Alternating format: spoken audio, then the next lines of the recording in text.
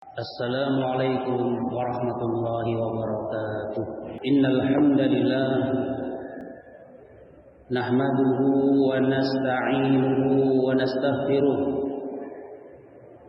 wa na'udzu billahi min shururi anfusina wa min sayyiati a'malina. Man yahdihillahu fala mudilla lahu wa man yudlil fala hadiya lahu. Wa ashhadu an la ilaha illallah wahdahu la syarika lah. Wa ashhadu anna Muhammadan abduhu wa rasuluh. Ya ayyuhalladzina amanu taqullaha haqqa tuqatih wa la tamutunna illa wa antum muslimun. Ya ayyuhan nasu ittaqu rabbakumul ladzi khalaqakum min nafsin wahidah wa khalaqa minha zawjaha wa bassa minhuma rijalan katsiran wa nisaa'a. واتقوا الله الذي تساءلون به والأرحام إن الله كان عليكم رقيبا. يا أيها الذين آمنوا اتقوا الله وقولوا قولا سديدا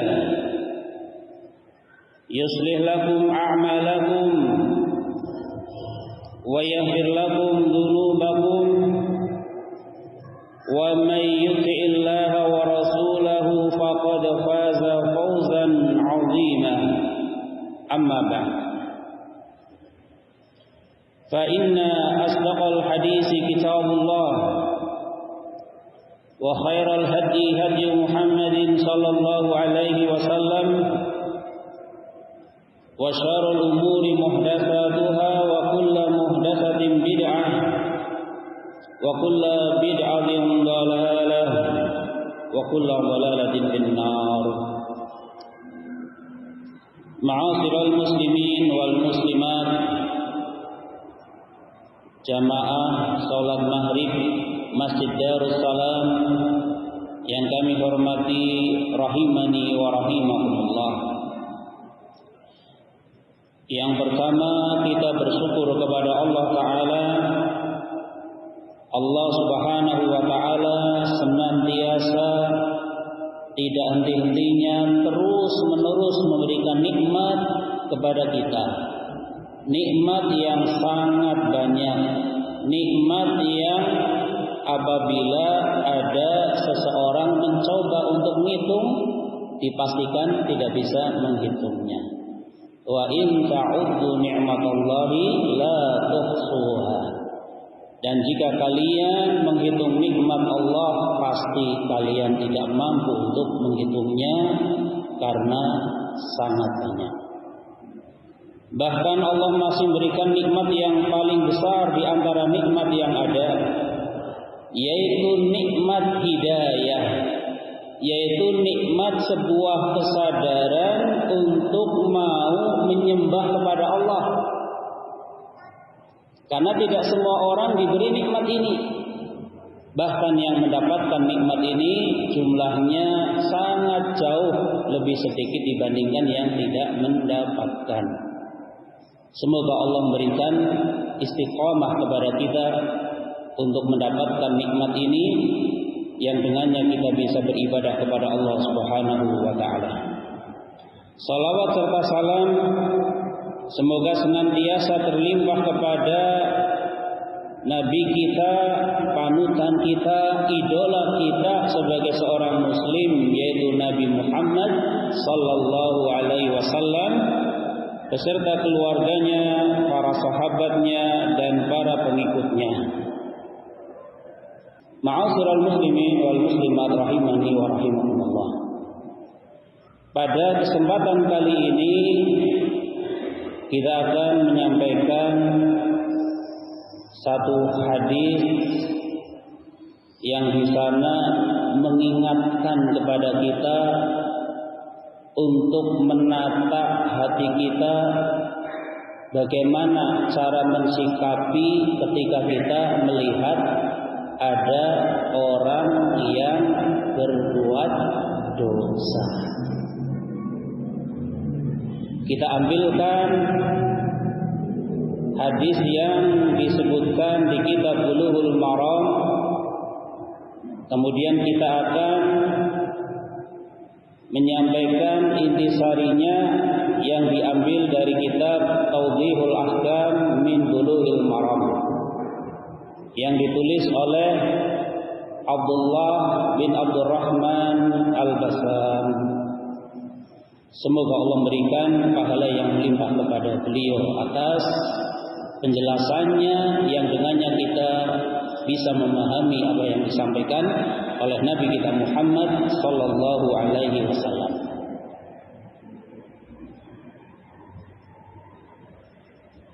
Wa an Mu'adz bin Jabal. Ya, hadis ini bersumber dari Mu'adz bin Jabal, salah seorang sahabat Rasulullah sallallahu alaihi wasallam. Wa an Mu'adz bin Jabal radhiyallahu anhu qala, Mu'adz bin Jabal radhiyallahu anhu mengatakan, qala Rasulullah sallallahu alaihi wasallam, Rasulullah sallallahu alaihi wasallam beliau bersabda, man ayyara akhahu bi dzambin lam yamut hatta ya'malahu, akhrajahu Tirmidzi wa hasanahu wa sanaduhu munqati'. Yang artinya, barang siapa yang menjelek-jelekan saudara muslimnya, ya, barang siapa yang menjelek-jelekan saudaranya atau saudara muslimnya bidzambin, karena dosa yang diperbuat. Barang siapa menjelekkan saudaranya karena dosa yang diperbuat, lam yamut hatta ya'malah, ya, lam yamut, maka dia tidak akan mati, hatta ya'malahu, sampai dia melakukan perbuatan tersebut, hingga ia juga melakukan dosa yang sama.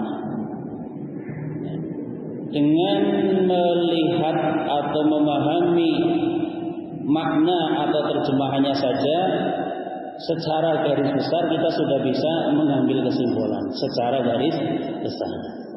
Barang siapa yang dia menjelek-jelekan saudaranya yang berbuat dosa, maka dia tidak akan mati sampai dia melakukan dosa yang sama. Di sini ada satu peringatan kepada kita untuk hati-hati di dalam mensikapi seseorang yang berbuat dosa. Ya.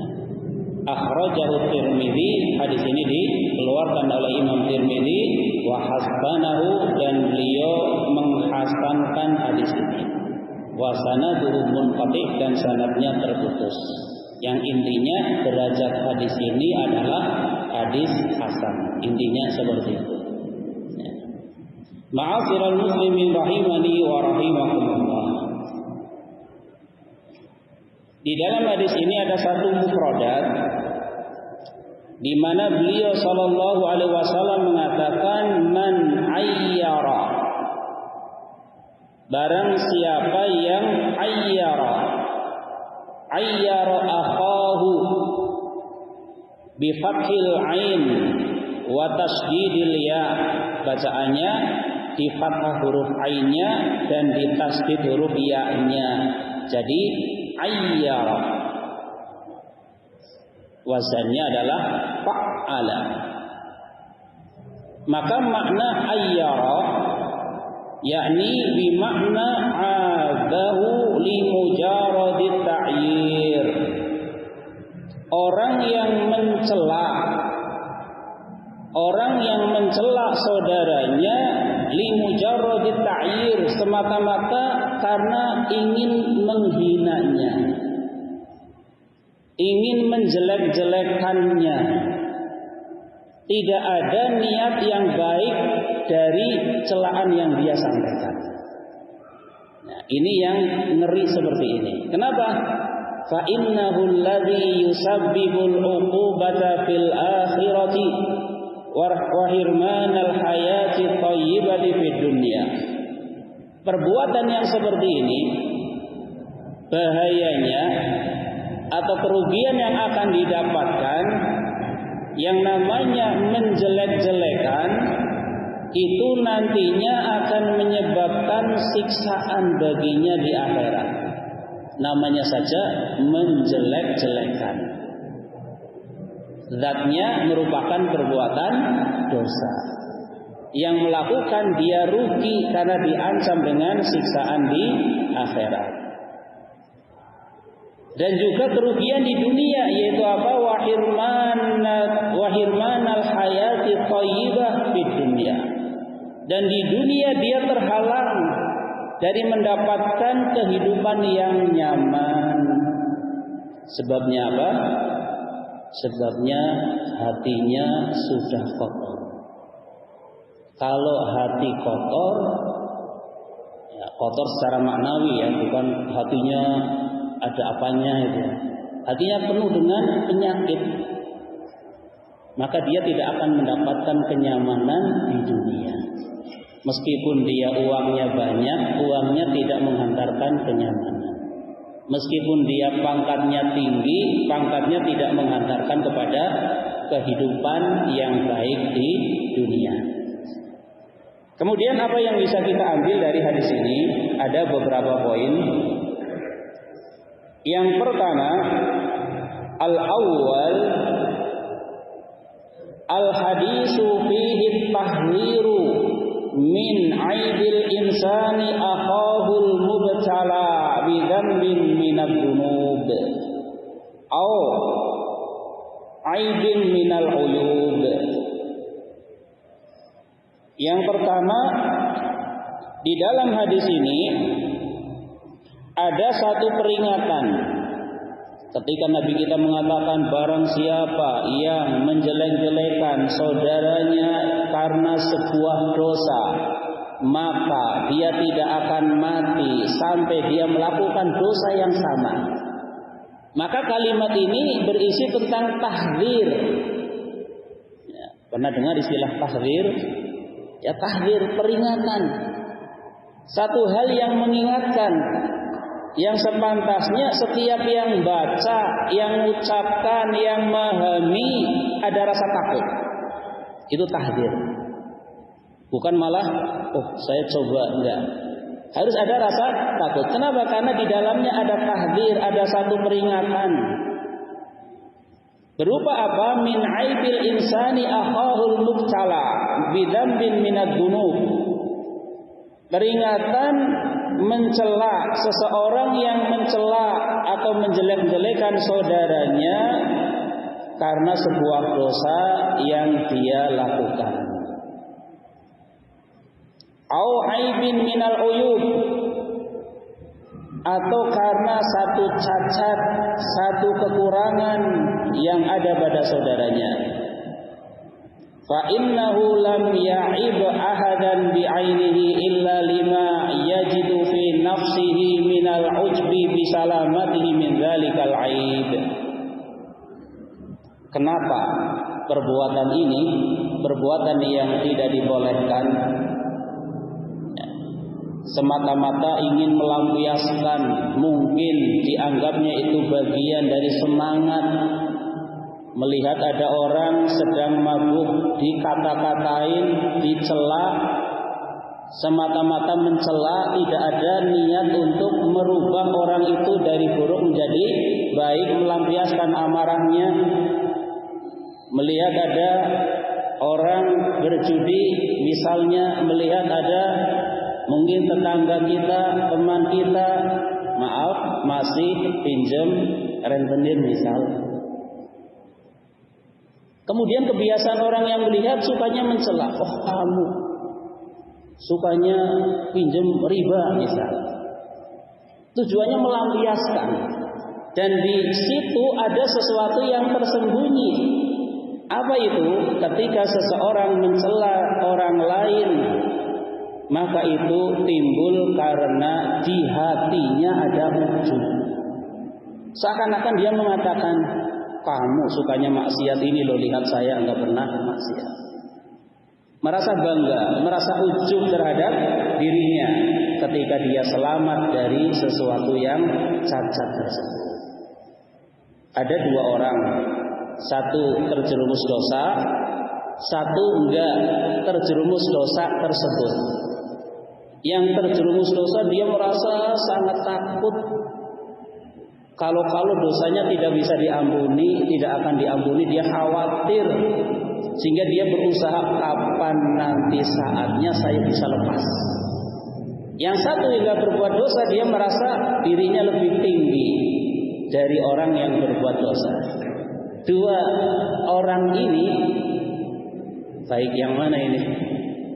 Yang berbuat dosa tapi dia merasa bersalah dan ingin keluar dari dosa, atau yang enggak berbuat dosa tapi dia merasa dirinya itu bersih, dirinya itu lebih tinggi dari orang lain. Kira-kira lebih bagus yang mana ini kondisi seperti ini? Yang dosa atau yang enggak dosa? Ya kalau disuruh milih yang ideal ya yang tidak berbuat dosa plus tidak ujub gitu kan. Tapi kadang yang terjadi ketika dia mencela muncul di sini, ini loh saya nggak pernah seperti kamu. Kamu sukanya pinjam itu ya uang riba misalnya. Saya seumur hidup nggak pernah. Ya misal dia mencela dalam rangka untuk mengunggulkan dirinya karena ada ujub di dalam hatinya. Wal ujbu nasi'un min nafsih. Ujub itu timbul dari hatinya. Li'annahu yara anna ismatahu minal aibi ja'athu min quwwatihi wa iradatihi. Ini yang jadi permasalahan. Kenapa tidak segampang atau tidak dibolehkan kita dengan mudah ngata-ngatain, dengan mudah mencela, menghina, meskipun yang dihina orang yang berbuat dosa. Karena orang yang menghina, orang yang menjelek-jelekan, dia itu menganggap bahwasanya dirinya itu selamat dari perbuatan dosa, selamat dari aib itu karena dia merasa dia kuat dan dia punya kemampuan. Wah, kamu ternyata sangat lemah. Cuma gitu saja sudah terjerumus di dalam perbuatan dosa. Contoh saya misal, seberat apapun didramatisir, seberat apapun beban hidup gak akan. Ya, tentunya di sana kembali ke sini ya. Ketika niatnya adalah untuk ujub, maka ini tidak dibolehkan. Ya nanti ada kondisi di mana orang yang menyampaikan sesuatu nasihat kepada orang yang berbuat dosa bukan karena ujub tapi karena bentuk kasih sayang sehingga memberikan nasihat, bukan menjelek-jelekan. Karena menjelek-jelekan condongnya orang itu nggak suka. Kalau nasihat tergantung bentuk nanti nasihatnya dan cara menyampaikan nasihatnya. Kemudian dia menganggap karena dirinya kuat sehingga dia tidak terjerumus. La minallahi alladzi sarafa anhu su'a. Dia tidak menganggap bahwasanya sebenarnya dia tidak terjerumus ke dalam perbuatan dosa itu semata-mata karena ditolong oleh Allah. Dia lupa diri. Yang namanya ketakwaan itu berbanding lurus dengan taufik dari Allah. Baik dalam hal melakukan perintah maupun dalam hal meninggalkan larangan. Dua-duanya berbanding lurus dengan hidayah dari Allah Subhanahu wa taala. Maka yang salah, ini salah, orang yang dia bisa taat tapi nganggap dia bisa sholat karena dia merasa kuat. Bukan karena merasa ditolong oleh Allah, ini yang salah. Bukan sholatnya yang salah, tapi anggapan dia ketika dia menganggap karena saya kuat, saya imannya kuat, saya mampu sholat. Ya. Karena saya kuat, saya bisa terhindar dari perbuatan dosa seperti yang kamu lakukan, misalnya. Ya, dia lupa diri. Ya, dia menjadi lupa diri. Dia lupa bahwasanya yang menjadikan dia tidak melakukan perbuatan dosa ini dan itu karena ditolong oleh Allah. Gak usah jauh-jauh. Gak usah jauh-jauh. Yang ada di dekat kita. Ya, setiap kita kayaknya punya ini ya. Kayaknya ya. Ada yang gak punya di sini? Kayaknya punya ya. Seandainya tidak ditolong oleh Allah, apa yang dilakukan dengan ini? Ini isinya kebaikan atau keburukan? Apa? Jujur saja, isinya apa? Dua-duanya ada ya. Kebaikannya ya ada, keburukannya ya ada, tergantung yang memakai. Coba, kalau tidak ditolong oleh Allah, sangat mudah alat seperti ini menjadikan kita berbuat dosa. Dalam kondisi berbuat dosa tidak ada yang tahu. Maksudnya manusia gitu ya. Kalau Allah ya selalu tahu. Kenapa ada orang-orang yang punya seperti ini, tapi dia terhindar dari perbuatan dosa? Jawabannya apa? Karena mendapatkan taufik dari Allah. Dapat hidayah Allah masukkan di dalam hati sebuah kesadaran. Dia akan membuka hal-hal yang manfaat. Dia akan mengabaikan hal-hal yang tidak manfaat. Kalau semua yang ada di sini dituruti ya akan menjadi sangat jauh ya. Semuanya dituruti, semua yang ambil diikuti, masya Allah. Itulah ya di zaman kita kondisinya seperti itu. Nah ini poin yang pertama. Kemudian yang kedua, man aba akhahu bi'aibin masaruhul i'jabu bi nafsihi wa samatah bi akhihi lan yamuta hatta yusaba bihi wa ya'mala. Barang siapa yang mencela saudaranya, barang siapa yang mencela saudaranya yang menyebabkannya merasa ujub, ngata-ngatain orang maksiat, kemudian timbul perasaan ujub. Berarti di sini ada satu hal yang riskan istilah kita. Mana yang lebih selamat? Ngata-ngatain, di situ ada peluang ujub, dan tidak mencela yang otomatis tidak ada peluang ujub. Maka yang selamat adalah yang tidak mencela. Sehingga di antara aturan atau syariat agama kita adalah menutup hal-hal yang bisa membuka celah atau pintu keburukan. Bukan hanya keburukannya yang dilarang, tapi hal-hal yang mengarah ke sana juga dilarang. Ya, di antaranya adalah mencela, menjelek-jelekan saudaranya yang melakukan perbuatan dosa. Dan merasa gembira atas bencana yang menimpa saudaranya. Ini bukan sifat seorang muslim. Ada saudaranya terjerumus di dalam kesalahan, dia merasa senang. Kenapa? Karena punya bahan untuk diberitakan, punya bahan untuk diceritakan kepada yang lainnya.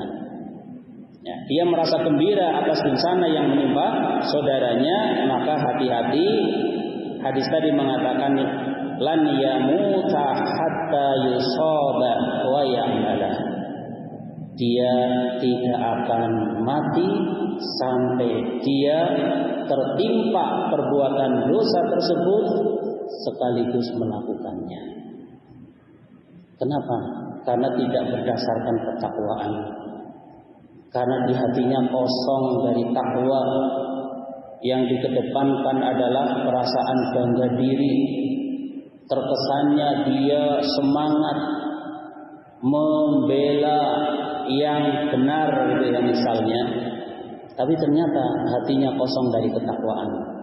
Dibangun di atas bangga diri. Zalika annahu lam yattabil 'ala Allah ta'ala bitawaqqi minasyarr. Hal tersebut karena dia tidak bersandar kepada Allah Ta'ala untuk terjaga dari perbuatan yang jelek. Apalagi orang yang merasa aman, kalau sudah merasa aman, sudah tidak ada benteng lagi. Namanya saja sudah merasa aman. Tahu-tahu wal'iyadzubillah terjerumus. Karena merasa aman, nggak mungkin saya pinjam riba, nggak mungkin. Misalnya merasa aman, nggak mungkin saya minum minuman keras, nggak mungkin saya menyekutukan Allah. Wal'iyadzubillah. Sehingga di antara salah satu sifat dari para nabi dan rasul, mereka itu merasa khawatir kalau terjerumus di dalam perbuatan kesyirikan. Sehingga ukuran orang yang mana yang lebih kuat imannya dan mana yang tidak, ukurannya di antaranya orang yang dia merasa khawatir kalau dirinya terjerumus di dalam perbuatan yang dilarang oleh Allah Ta'ala. Bukan yang malah merasa aman. Apalagi merasa, tidak mungkin saya melakukan yang seperti itu. Masih di dunia, masih hidup, ya belum mati berarti kan? Waktu masih berjalan. Ya, maka harus bersandar kepada Allah, jangan bersandar kepada tidak mungkin saya melakukan. Seakan-akan bersandarnya kepada siapa? Kepada dirinya. Padahal Allah Subhanahu wa Ta'ala yang membolak-balikan hati. Wa innama i'tamada ala nafsih, dia itu semata-mata bersandar kepada dirinya sendiri. Dia lupa bahwasannya semuanya itu tergantung kepada hidayah dari Allah, kehendak Allah Subhanahu wa Ta'ala. Tapi dia menganggap dirinya mampu terhindar dari perbuatan maksiat, sehingga dia merasa aman. Maka apa yang terjadi? Fakhadzalahullahu ta'ala wal'iyadzubillah. Akhirnya Allah menghinakan dirinya. Allah jadikan orang yang suka mencela tadi karena dia merasa aman, karena sebagai bentuk ujub yang ada di hatinya. Maka Allah pun tampakkan, Allah hinakan dirinya. Bahanathu nafsuh, ya. Dan juga ternyata jiwanya, hatinya, kecenderungan hati mengkhianati apa yang menjadi idealismenya. Idealismenya apa tadi? Dia tidak akan melakukan perbuatan maksiat. Saya tidak akan pinjam, saya tidak akan minum, saya tidak akan judi dan sebagainya. Itu idealnya, idealis yang ada pada dirinya. Ternyata karena hatinya kosong dari ketakwaan, hatinya pun mengkhianatinya. Apa yang terjadi? Fa'amila ma'ayyara bihi akhahu, yang akhirnya dia pun melakukan apa yang dia celak terhadap saudaranya. Tahun kemarin dia mengatakan, nggak mungkin saya pinjam. Ternyata tahun berikutnya sudah pinjam. Misalnya ya. Tahun kemarin dia mengatakan nggak mungkin saya terjerumus di dalam perjudian. Tahu-tahu sudah dalam ya, masuk di dalam jerat-jerat perjudian. Ya, kenapa? Karena Allah Subhanahu wa Ta'ala yang menggerakkan hati. Jangan sok merasa kuat. Kita ini lemah, kita senantiasa membutuhkan hidayah dari Allah Subhanahu wa Ta'ala. Kemudian yang ketiga, fahada dalilun ala syamatati binnas. Hadis ini merupakan dalil diharamkannya mencela manusia. Diharamkannya dia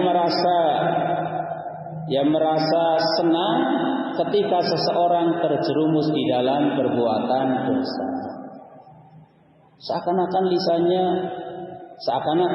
lisannya itu menunjukkan dia itu tidak senang kepada perbuatan dosa, tapi di hati kecilnya dia merasa senang, syukur, salah sendiri gitu.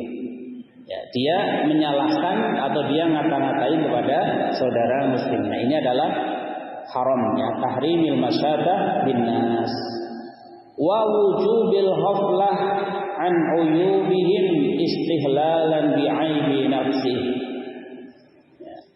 Dan juga di dalam hadis ini ada sebuah dalil wajibnya untuk ghaflah, untuk menyembunyikan ketika ada saudara muslim yang berbuat jelek.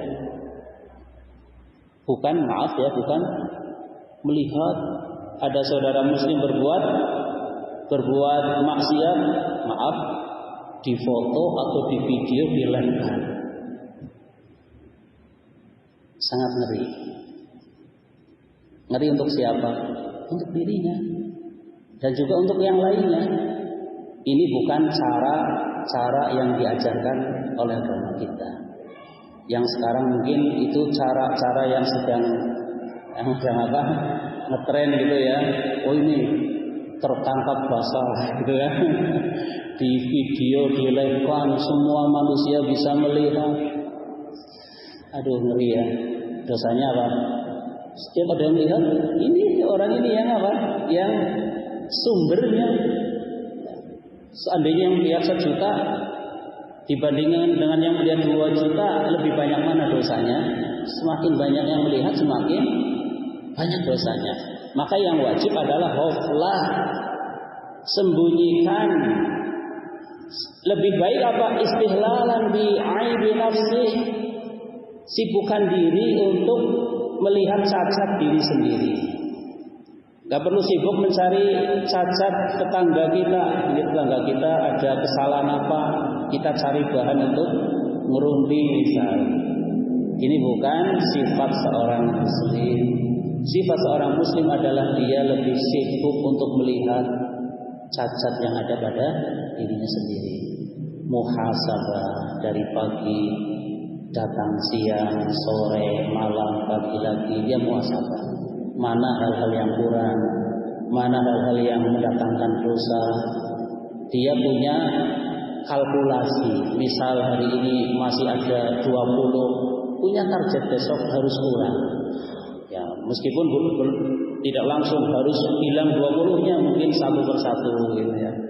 Dia menghisab dirinya, dia sibuk untuk mencari aib dirinya. Fatuba liman saghalahu aibuhu an uyubil nas. Maka sungguh beruntung orang yang disibukkan oleh aibnya daripada mengurusi aib orang lain. Jadi siapakah yang beruntung? Yang dia sibuk mengurusi cacat kekurangan dirinya sendiri, bukan mencari-cari kesalahan orang lain.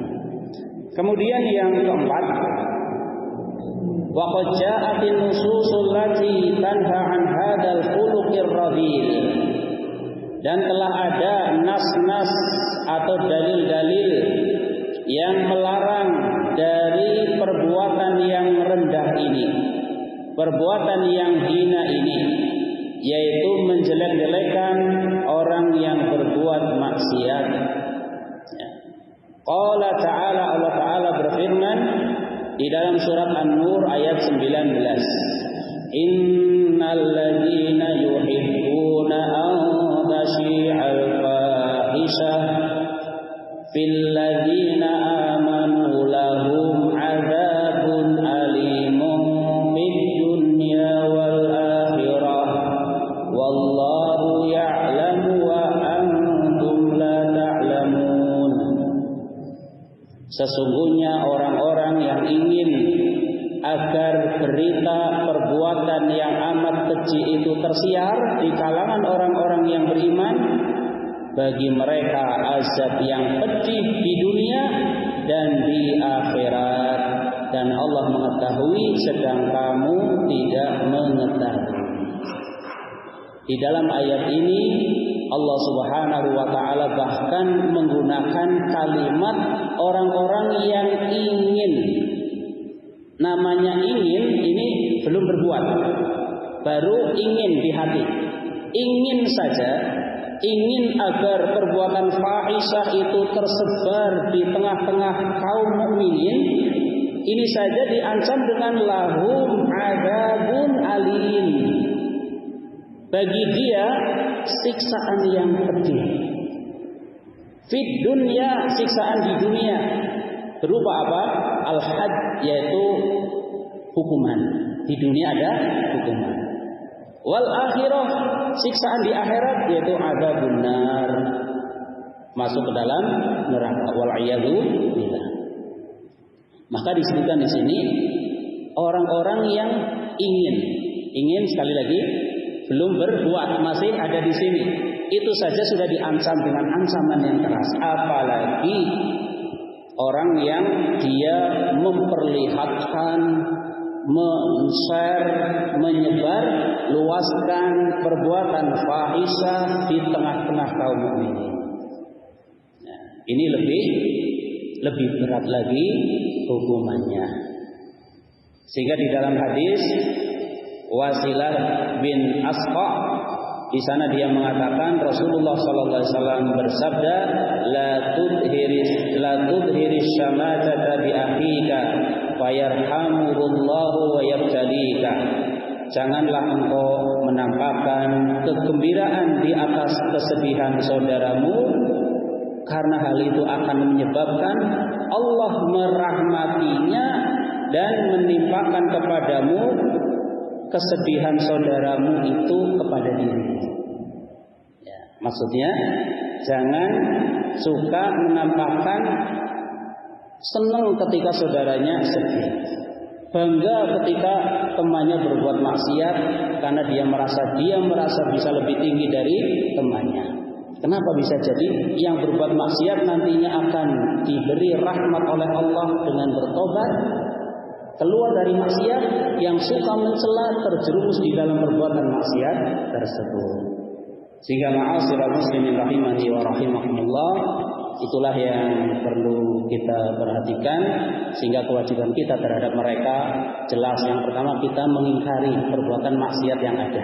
Tidak pernah kita sepakat dengan perbuatan maksiat. Bersama dengan itu kita jangan mencela orang yang berbuat maksiat, khawatir nantinya justru kita terjerumus di dalam perbuatan tersebut. Dan tentunya kita pun punya kewajiban memberikan nasihat kepada orang yang berbuat maksiat dengan cara yang terbaik.